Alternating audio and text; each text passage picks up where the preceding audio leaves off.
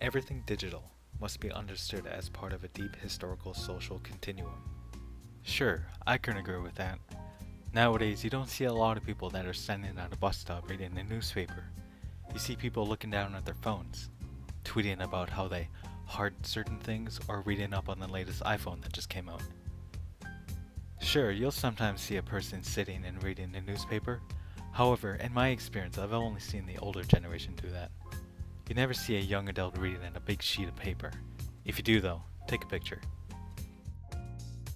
So as time goes on, the interactivity with the world around you will only grow out of the new iterations of phone, computers, or tablets that are being released almost yearly. So why not learn how to use these new platforms? You might even learn to like it. We don't live in a singularly digital culture, rather in a moment when digital seems all-consuming. Well, I would say I agree and disagree with this one. The reason being is that it all depends on how the person chooses to receive information that is given to them.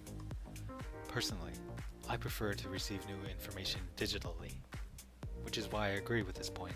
If I want to learn about a new phone or look up what this word means, then sure, I'll gladly go to the internet and use Google. But that's because I've willingly given myself into the technological age by choosing to be up to date with my phone or computer. However, I've met people that choose not to buy the latest Android phone or update from Windows 95, surprisingly. They lack the knowledge or prefer not to keep up to date with the latest technologies that come out. So they use a newspaper, magazine, or dictionary to find out about the new phones or what this word means. So all in all, I'm staying neutral on this point. Sure, it may seem like we are in the digital age, maybe because you are yourself, but not everyone is. Technologies are growing increasingly invisible, which is why we need to understand both them and us more. Yes, I completely agree with this point.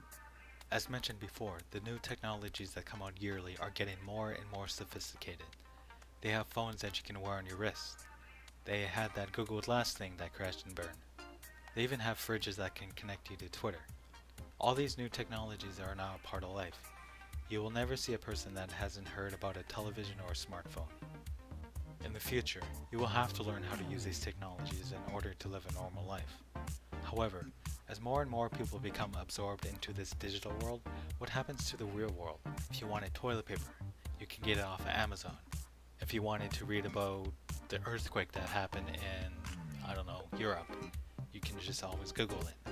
So slowly, technology is integrating into our everyday lives, becoming increasingly invisible, things you don't think about. But to move into the digital world safely, you would have to understand yourself as to be not trapped in the digital world. A truly digital world is a long ways away and yet to come.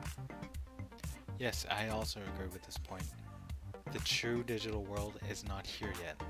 As an avid digital user, I do sometimes read newspapers or magazines if I want to find out about a new camera or reading about a local event that happens in my hometown. However, I hope this true digital world is a long ways away.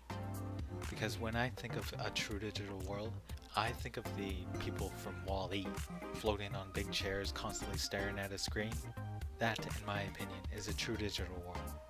That is why I hope this true digital world is a long ways away.